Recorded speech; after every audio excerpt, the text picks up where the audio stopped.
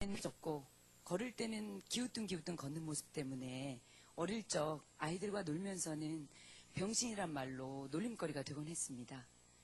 제 두려움의 대상은 꼬마아이들이었어요. 아이들은 너무 솔직해서 거침없이 묻잖아요. 왜 키가 작아? 왜 키가 나하고 비슷해? 이렇게 부모에게 물어보기도 하고요.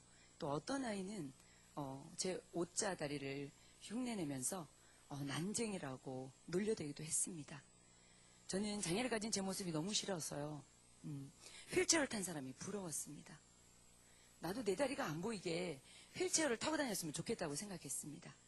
제 모습이 드러나는 게 너무 싫어서 목욕탕에 다니지 못했고 또 아주 이렇게 더운 여름에도 반바지를 입지 못했습니다.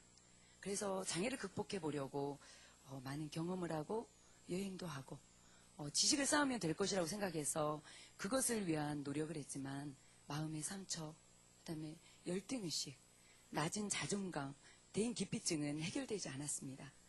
그랬던 제가 부활의 주를 만나는 계기가 있었습니다. 초등학교 4학년부터 언니를 따라 교회 다녔고 나름 주일성수, 11조, 그다음에 교회 봉사 등 열심히 신앙생활을 하며 지냈는데 장애로 인한 문제를 해결받지 못한 채로 직장에 들어갔는데요. 제 모습이 더 무너지는 것을 발견하게 되었습니다. 의지했던 가족도 친구도 다 떠나는 것을 보면서요. 저는 혼자라는 것이 너무 두려웠습니다. 그래서 나와 늘 함께 할 수 있는 분이 하나님이라고 그렇게 생각을 했는데 그 하나님이 살아계신지 확신할 수 없었습니다.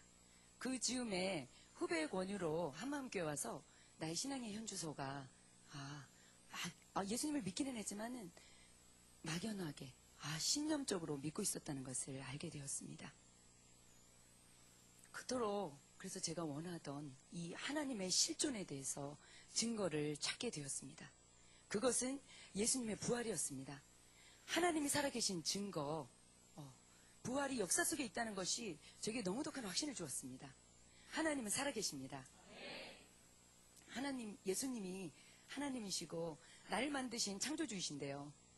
내 몸에 대해 불평하고 원망하고 열등의식을 가지고 산 것이 실은 내가 주인 되었기 때문이더라고요.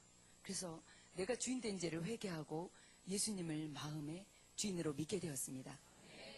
부활의 주를 만나고 나서 제 삶은 놀랍게 변화되었습니다. 저는 제 몸을 보며 도저히 나를 사랑할 수 없었습니다. 그래서 내가 누구인지 알고 싶어서 창세기 1장을 많이 읽었었거든요. 창조주 하나님이 사람을 지으실 때에 심이 좋았더라 이렇게 말씀하셨는데 저는 제 모습을 보니까 심이 좋지 않더라였어요. 그런데 창조주 하나님이 제 몸의 주인이니까 어떤 모습이든지 이제 자유할게 되었습니다. 그리고 장애를 가진 제 몸도 하나님이 지으셨기에 너무나 귀한 존재가 되었음에 감사하게 되었습니다. 이제는 사람들이 뭐라고 말해도 전혀 상관없습니다. 그리고 예수님의 부활하심을 통해서 천국에 대한 소망, 또한 부활체에 대한 소망이 생겼습니다. 제가 이 땅에서는 이 몸으로 살지만 영원한 천국에서는요 영광스러운 몸으로 살 것입니다. 승부는 이 땅에서 나는 것이 아니고 영원한 하늘나라에서 결정되는 것입니다. 그리고 예수님의 부활을 통해서 하나님이 살아계시고 내 안에 항상 함께 하시니까 제 마음이 너무 든든하고 좋은 거예요. 그래서 혼자라는 그런 두려움이라든지 그 다음에 사람들의 낯뜨거운 시선 그 어떤 것도 이제 의식하지 않게 되었습니다. 그동안 나는 장애인이니까 그래 내 몸 하나 잘 추슬러서 내 처신이나 잘하고 살자 이렇게 생각했었는데요. 요한복음 9장에 그 날 때부터 메인된 사람에 대한 말씀처럼 내가 하나님의 영광을 위해 사는 사명자가 되었다는 게 너무 기쁘더라고요. 그래서 부활의 주를 만나고 나서 너무 좋고 기쁘니까 직장 동료들에게 복음을 증가하기 시작했습니다. 그렇게 만나서 작은 교회가 세워졌고요. 그 다음에 신우회도 생겼습니다. 그런데 2011년도에 제가 다니는 직장에서 연말 이벤트로 직장 동료들의 추천을 통해서 베스트 스마일상을 주었는데요. 제가 뽑혔습니다. 이 시상식은요 대강당뿐만 아니라 화상으로 전국에 있는 모든 직원들도 함께하는 자리였습니다. 이 시상식에서 저에게 기쁨의 이유를 말할 기회가 주어졌습니다. 제가 기쁜 이유는 기쁨의 근원 되신 예수님이 항상 함께 하시기 때문이고, 나는 항상 기뻐하는 사람, 범사에 감사하는 사람임을 날마다 생각한다고 답했습니다. 나중에 관중석에 계시던 청장님께서요, 무슨 부흥에 온 것 같다고 하셨다는 후문을 들었습니다. 복음은 너무너무 기쁜 소식입니다. 저에게 있어서 장애는 예수님을 만나는 축복의 통로였습니다. 부활의 주를 만나고 나서 장애로 인한 모든 문제를 해결받았습니다. 여러분들도 저와 같이 예수님 안에 있는 생명과 풍성한 삶을 누리시길 바랍니다. 감사합니다.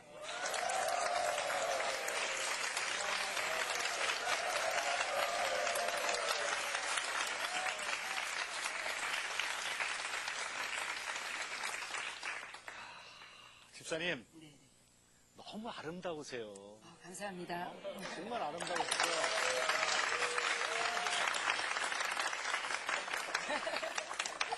저기 카메라 감독님, 우리 집사님 얼굴 클로즈업 좀 부탁해요. 베스트 스마일상 얼굴은 이겁니다.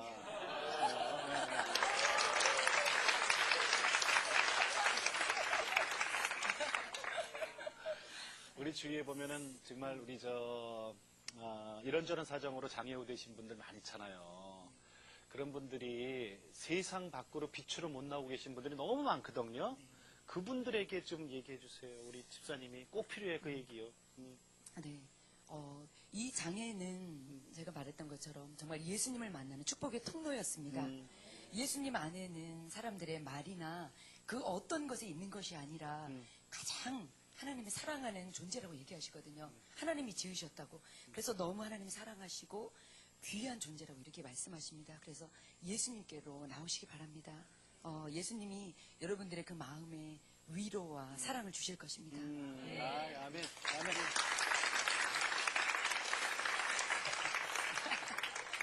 집사님, 근데 그 베스트 스마일상 그 직장은 어디래요? 기상청입니다. 기상청. 예. 기상청 직원들이 야유회 갈 때 비 온다며요?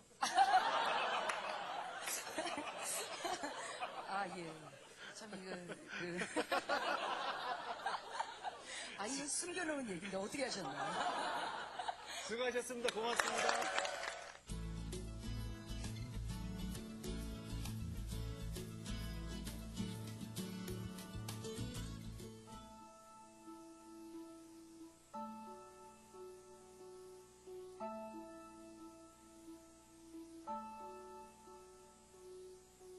이 시간 너의 맘속에 하나님 사랑이 가득하기를 진심으로 기도해 간절히 소망해 하나님 사랑 가득하기를. 하나님은 너를 사랑해 얼마나 너를 사랑하시는지. 너를 위해 저 별을 만들고 세상을 만들고 아들을 보냈네. 오래전부터 널 위해 준비돼 하나님의 크신 사랑. 너의 가는 길 주의 사랑 가득하기를 축복해.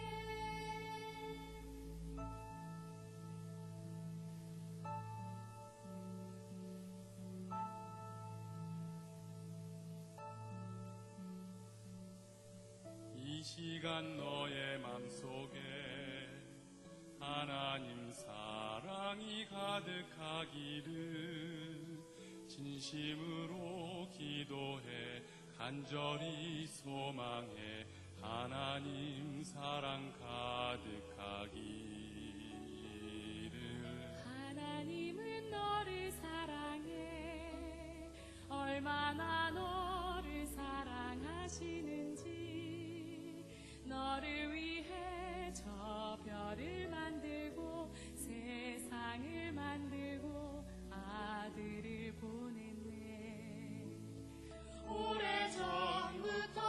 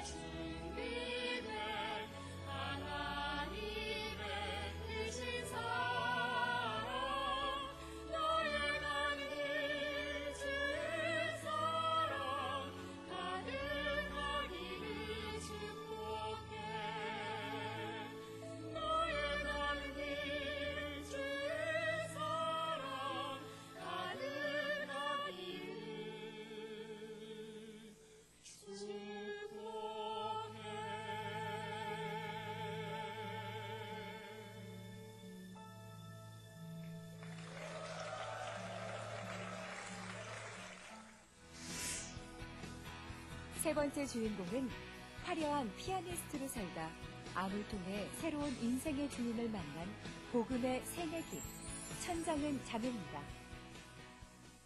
저는 올해 3월 교회 등록을 한 새내기 교인이에요.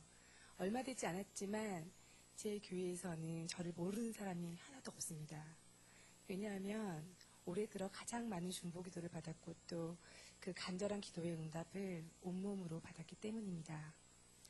제가 오늘 이 자리에 서게 된 것은 제 짧은 신앙생활 자체가 주님의 메시지라고 확신하기 때문에 오늘 살아계신 주님을 자랑하려고 이 자리에 나오게 되었습니다. 어려서부터 저는 비교적 부유한 집안에서 넘치는 사랑을 받으면서 자라났어요. 적극적인 성격 때문에 학창시절 내내 반장을 다 도맡아 했고요. 전교회장까지 했었습니다. 사회에 나와서도 제가 피아노를 전공했는데 제 전공 분야 외에 여러 가지 분야에 도전하면서 정말 열심히 살았는데요. 어느 순간 제 인생에 대해서 물음표가 생기더라고요. 살면서 급할 땐 저도 모르게 막 하나님을 찾았거든요. 그런데 교회에 나가기는 죽기보다 싫었습니다. 왜냐하면 제가 봤을 때 대부분의 기독교인들이 이기적이고 위선적이라는 생각을 사회생활 통해서 했었어요. 그래서 기독교 자체에 대해서도 굉장히 부정적이 되었던 것 같습니다. 지난해 11월에 미국에 있는 제 친구가 몇 년 만에 잠깐 한국에 나왔었어요. 지방에 살았는데 친구 어머니께서 저를 부르시는 거예요. 바쁜 시간에도 시간 쪼개서 나갔었는데 어머니가 친구와 저를 데리고 급하게 병원에 가셨었어요. 그때 저는 우연하게도 제가 많이 아프다는 것을 그때 알게 되었습니다. 병명은 유방암 4기로 나왔고요. 이미 온몸에 퍼져 있는 상태라서 당장 수술이 불가능한 상황이었어요. 그때 또 저희 은사님께서 그 소식을 듣자마자 제 손을 끌고 유방암 수술을 받았던 선생님이기 때문에 당신이 수술받은 선생님께 저를 데리고 가셔서 빠르게 치료를 받을 수 있게 조치를 취해주셨습니다. 막연하게 암 환자에 대해서 두려운 마음만 있었는데 막상 항암 치료를 직접 겪어보니까 생각보다 더 비참하더라고요. 일단은 1차적으로 제가 머리카락이 일단 다 빠지고요. 그다음에 피부가 점점 까매져 가기 시작했어요. 온몸이 퉁퉁 붓고 이런 외모의 변화가 일단 먼저 왔고요. 그 다음에는 주사 쇼크, 고열, 구토, 불면증, 관절통 등등 여러 가지가 있는데 이런 고통을 겪으면서 입원까지 했었습니다. 근데 그때 마침 저에게 복음을 전하던 언니가 전화를 매일 했기 때문에 제가 자연스럽게 언니에게 그냥 아무 생각 없이 기도를 부탁을 했거든요. 근데 이 언니가 자신이 다니던 교회에 중보기도를 신청했다는 거예요. 중보기도의 그 놀라운 능력에 대해서 저한테 한참 얘기를 하는데 저는 그게 고맙다기보다 제가 주위에 제 병에 대해서 쉬쉬하고 있었기 때문에 자존심이 많이 상하고 좀 짜증이 났었습니다. 그런데 중보기도를 받은 후에 3차 항암 이후에 제 몸에 원래 생겨야 했던 그 부작용들이 전혀 생기지 않는 거예요. 신기하게도 오히려 컨디션이 점점 좋아지면서 그때 한마음교회 성도들이 저를 막 찾아오기 시작했거든요. 근데 교제를 하는데 기독교인이 싫지 않고 그렇게 싫었었는데 마음이 점점 열리기 시작하더라고요. 그래서 뭔진 모르겠지만 교회에 한번 가봐야겠다는 마음이 강하게 들었습니다. 그래서 4차 항암을 마치고 바로 부모님 몰래 버스를 타고 춘천으로 향했습니다. 춘천 가는 버스 안에서 좀 무료하기도 하고 그래서 언니가 저한테 줬던 한마음교회 교재를 그냥 아무 생각 없이 읽기 시작했어요. 그런데 마음에 하나님 두기를 싫어하고 그다음에 자기가 하나님이 데려간 제가 최초의 죄라고 나왔던 부분에서 제가 예수님이 나의 몸과 마음의 주인이었구나 하고 깨달아지면서 깜짝 놀랐어요. 그래서 정말 순간 진심으로 회개를 했습니다. 정말로 기독교라는 게 정말 싫었는데 기독교에 대한 모든 오해가 풀리면서 뱉을 때마다 눈물 나던 암이라는 단어가 선물로 바뀌고 또 죽음은 희망으로 바뀌었어요. 제가 회개하고 예수님을 제 주로 믿으니까 성령의 도우심으로 그 어려웠던 성경이 말씀마다 쉽게 아멘 되어졌습니다. 그런데 정말 그렇게 기쁘게 신앙생활을 이어가던 중에 제 몸에는 정말 기적과 같은 일이 일어났어요. 불과 2개월도 안 돼서 제 몸에 뼈로 전이되었던 모든 암들이 없어져 버린 거예요.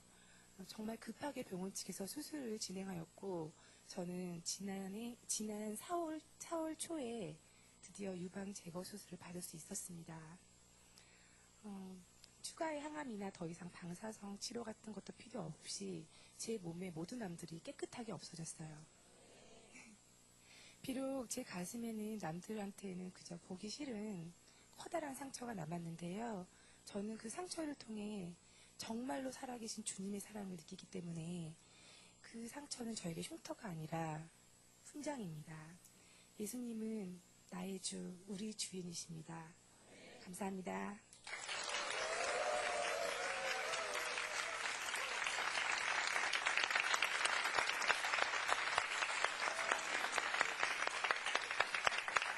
결혼 전이시죠? 제가 아빠 말을 너무 안 들어가지고 제가 일을 너무 좋아해서 예. 결혼을 끝까지 안 했어요. 그러니까 결혼 전이잖아요. 너무 다행인 것 같아요. 그래서 아니 여성이 아직 결혼 전에 유방 제거 얘기까지 할 수 있다라는 것은 이건 보통 용기가 아니에요. 이 용기가 어디서 왔어요? 예수는 나의 주.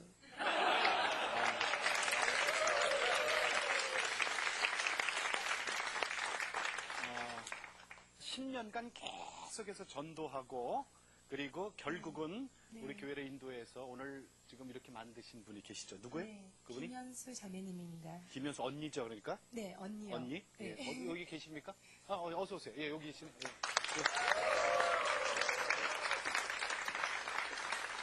안녕하세요. 예, 두 분이 어떤 사이예요? 계속 전도를 해야지 이 친구가 살기 때문에 예, 계속 전도를 했습니다. 전도 목적을 두고 계속 안부 묻고 그리고 나중에 결국은 이쪽에서 좋아하게 만들고.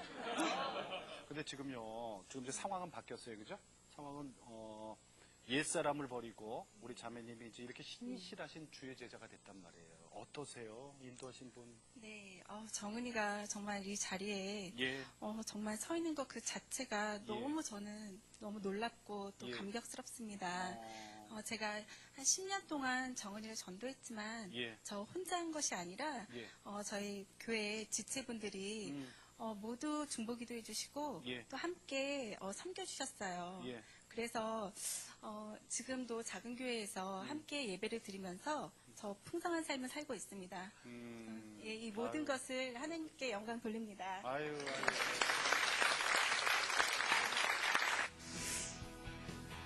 네 번째 주인공은 오빠의 자살을 통해 죽음을 꿈꾸다. 그 자살을 더 특송을 준비했는데 하나님께 찬양을 드리도록 하겠습니다. 우리 박수로 환영합니다.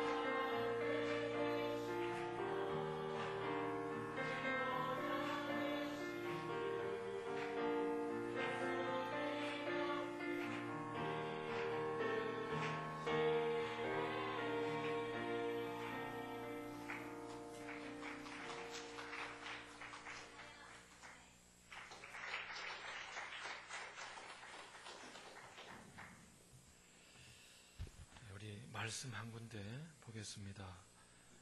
누가복음 23장입니다. 누가복음 23장 39절부터 43절까지 39절부터 43절까지 우리 한 절씩 교독합니다. 달린 행악자 중 하나는 비방하여 이르되 네가 그리스도가 아니냐 너와 우리를 구원하라 하되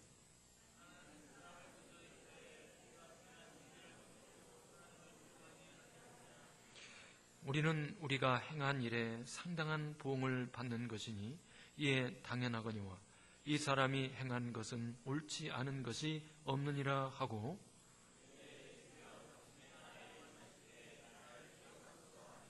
다 같이 예수께서 이르시되 내가 진실로 내게 이르노니 오늘 내가 나와 함께 낙원에 있으리라 하시니라. 아멘.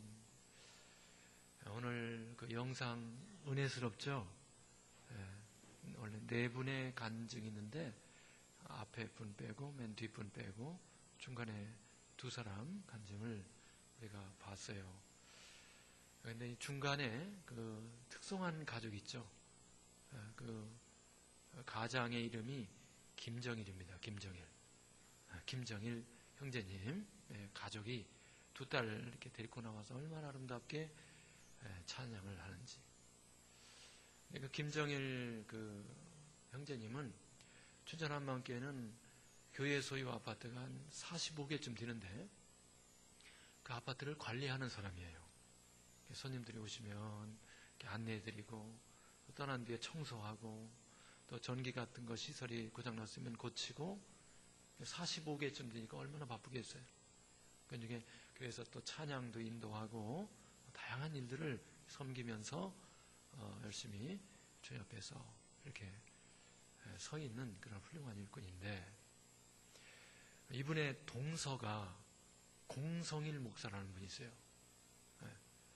장신대 대학원까지 나오고 선교사로 가려고 다 준비를 하는 분인데 목사님인데 또 선교사님인데 동서지간에 이제 명절 때 만나잖아요. 명절 때 만나갖고 김정일 형제가 목사이고 선교사인 동서 그 공성일 목사한테 복음을 전하는 거예요. 만날 때마다 복음을. 그러니까 이 공성일 목사가 기분이 되게 나쁜 거예요. 아니 내가 지금 선교사고 바로 지금 선교 나가려고 하는데 만나서 딴 얘기하지 않고 자꾸 복음을 전하는 거예요. 부활 얘기를 또 자꾸 얘기하는 거예요. 그래서 나 이거 다 아니까 얘기하지 마라. 나 다 안다. 그러니까 더 이상 얘기하지 마라. 그리고는 그래도 또 얘기하는 거예요. 그래도 또 만나면 또 얘기하는 거예요. 그래서 이제는 그 만남의 자리를 피했대요. 이렇게 빨리 집에 가고 인사만 하고 딴 일하고 대화를 하면 기분 나쁘니까. 근데 어느 날 친척들이 이렇게 모였는데 또 다가와가지고는 복음을 전한 거예요. 근데 그날 이렇게 복음을 듣다가 주님의 십자가 부활의 복음을 듣다가 아 정말이네. 예수님 살아계시네. 살아계신 예수님이 여기 계시네. 나와 함께 하시네. 딱 온 거예요. 너무 충격을 받은 거예요. 그 믿음이 산 믿음이 된 거예요. 진짜 믿음이 된 거예요. 그날 이렇게 헤어질 때 김정일 형제가 가는 데까지 끝까지 쫓아가서 고맙다고 오늘 나한테 복음 얘기해줘서 너무 고맙다고 그랬다는 거예요. 그 간증을 설교 가운데 공성일 목사가 합니다. 지난번 서울 침례교회 와서도 간증을 할 때 그 얘기를 했어요. 많은 교회들이 우리 교회를 포함해서 많은 교회들이 복음을 슬쩍 지나가요. 이렇게 복음을 얘기하고 지나가요.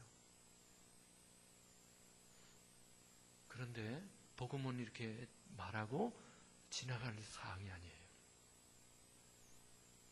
우리가 그 복음의 영광을 봐야 합니다. 예수님의 영광을 봐야 합니다. 이게 중요한 거예요. 방금 우리가 예수님 십자가 달렸을 때 두 강도의 이야기를 읽었어요. 양쪽에 강도들이 같이 죽었습니다. 그런데 39절에 보니까 달린 행악자 중 하나는 비방하여 이르되 네가 그리스도가 아니냐, 너와 우리를 구원하라. 이게 맞는 말이에요. 정확한 신앙 고백입니다. 당신은 그리스도가 아닙니까? 당신과 저를 구원해 주십시오. 너무나 위대한 신앙 고백입니다. 그런데 이 사람은 구원받지 못했어요. 천국 못 갔어요, 제가 볼 때.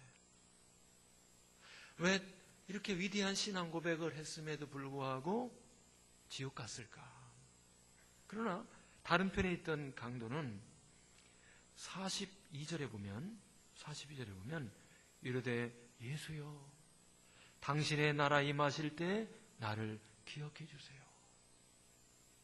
예수님께서 아까 얘기했던 강도에게는 이런 말씀 안 했죠.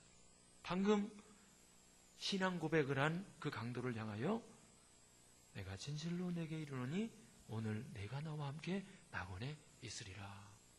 이 강도는 당연히 낙원에, 천국에 간 줄로 믿습니다. 차이가 있어요. 똑같이 예수님을 그리스도라, 나를 구원해 주십시오, 구원해 주니까 구원해 주십시오 라고까지도 했어요.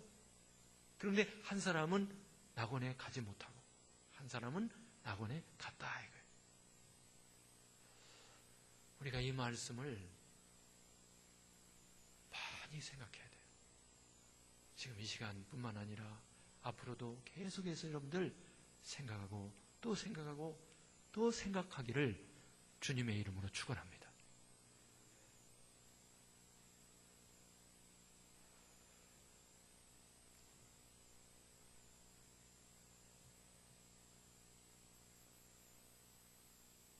(39절에) 나오는 이 강도는요, 예수님이 그리스도다 이렇게 고백했어요. 그런데 가만히 보면은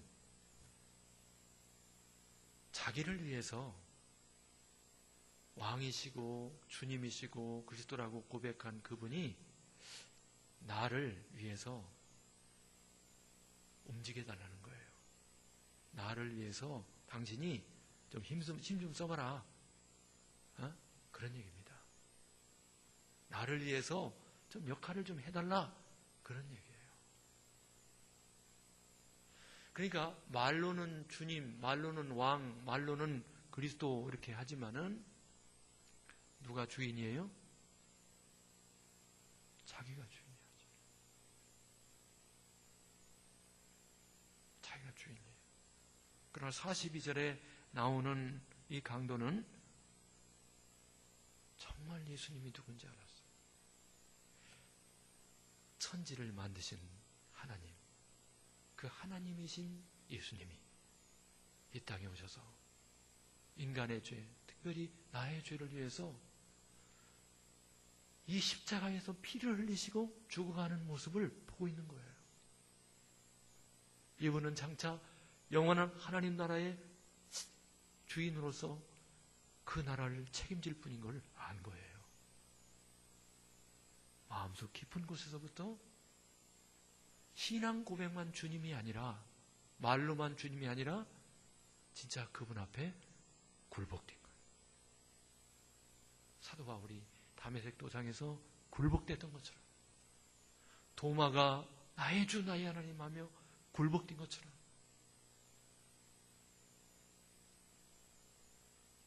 말로만 주여 주여 하는 사람이 있고요, 굴복된 사람이 있어요. 진짜 예수님을 정말 주님으로 믿는 사람이 있어요. 그런데 이게 쉽게 되는 게 아니에요. 공성일 목사가 동서가 만날 때마다 복음을 얘기하고 십자가를 얘기하고 부활을 얘기할 때 다 알아요. 다 아는 거죠. 신학까지 했으니까. 그런데 그분 앞에 굴복하지 않았어요. 참으로 예수님이 주인이 아니었어요.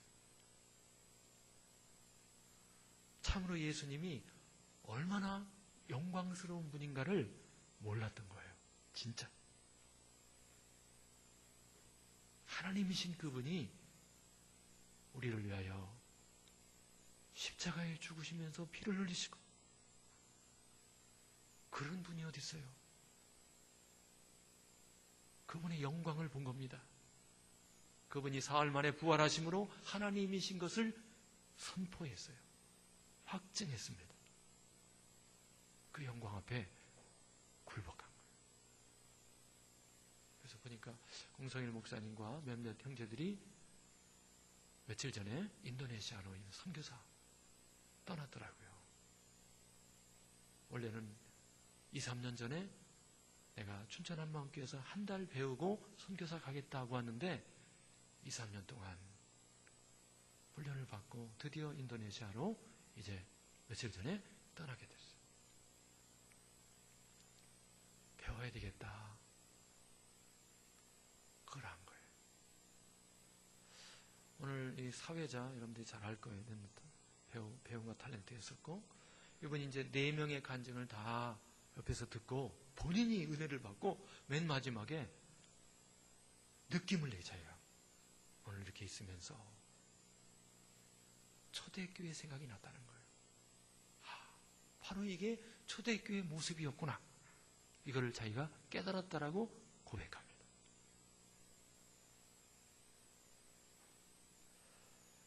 영광의 복음, 영광의 예수님을 만나기를 축원합니다. 그 영광의 복음, 영광의 예수님을 만난 사람은 굴복하는 거예요. 내가 사는 것이 아니라 내 안에 예수님이 사는, 내가 죽은 사람. 우리 신앙생활은 저는 단순하다고 생각이 들어요. 이 복음 앞에, 복음의 영광 앞에, 예수님의 영광 앞에 내가 정말 굴복하고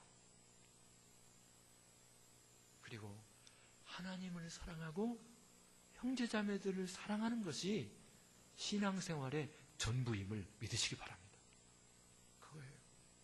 이 복음의 영광 앞에, 예수님의 영광 앞에 굴복하고 첫째 계명인 하나님을 사랑하고 둘째 계명, 세 계명인 이웃을 사랑하는. 그러면 모든 사람이 우리가 예수님의 제자인 줄로 알고 우리의 공동체 가운데 사랑하는 영혼들이 돌아오게 될 줄로 믿습니다. 그러면 돼요. 우리 교회가, 우리 모두가 할 일이 그거예요. 그래서 오늘 이 말씀을 그냥 쓱 지나가지 말고 나는 첫 번째 강도의 부류에 속하는가, 두 번째 강도의 부류에 속하는가 생각해 봐야 돼요. 내가 말로만 예수님을 그리스도라고 하는가, 아니면 정말 내가 그분 앞에 진짜 굴복되어 있는가. 왜 목사님은 두 강도를 우리를 부류 속에 집어넣나? 우리가 원래 죄인이에요. 성경은 지금 우리를 지금 조용히 설득하고 계십니다. 할렐루야. 이게 그들의 얘기가 아니고 우리들의 얘기입니다. 할렐루야. 우리 얘기예요.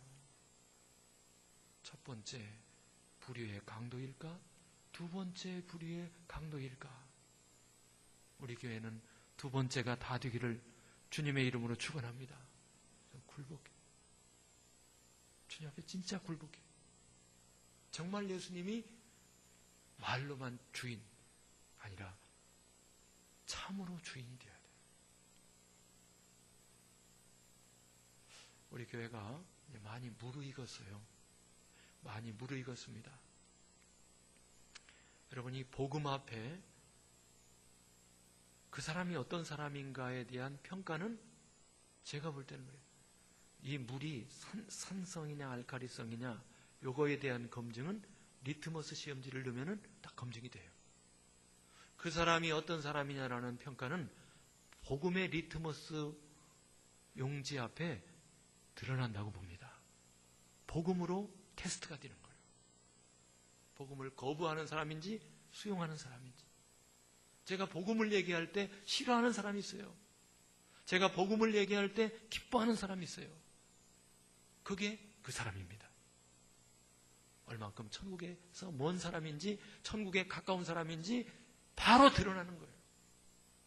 다른 걸로 평가하는 게 아니라 복음 앞에 어떠한 반응을 보이는가. 두 번째 강도가 되기를 축원합니다. 두 번째 강도죠. 막 하나님을 내 방법으로 내 뜻대로 부려먹으려고 하지 말고 그분 뜻 앞에 굴복하는 우리 모두가 되기를 축원합니다. 두 번째 강도처럼 되게 해달라고 우리 합심해서 기도하고요. 그리고 또 전사님 나와서 기도하도록 하겠습니다. 다 같이 기도합니다. 아버지 하나님 감사합니다. 오늘 찬양 예배를 드리며 우리 주님 앞에 이 시간 나왔습니다. 하나님 첫 번째 강도 같은 잘못된 신앙을 버리게 하시고 두 번째 강도처럼 주님 뜻 앞에 굴복하는 주님 앞에 굴복하는 주님 뜻 앞에 맡기는 복된 삶이 되게 하시고 아버지 주님 앞에 영원한 낙원에 갈 수 있도록 은총을 내려주시기를 원합니다. 하나님 우리가 귀한 복음 영광을 보기 원합니다. 복음의 영광을 보게 하여 주옵소서.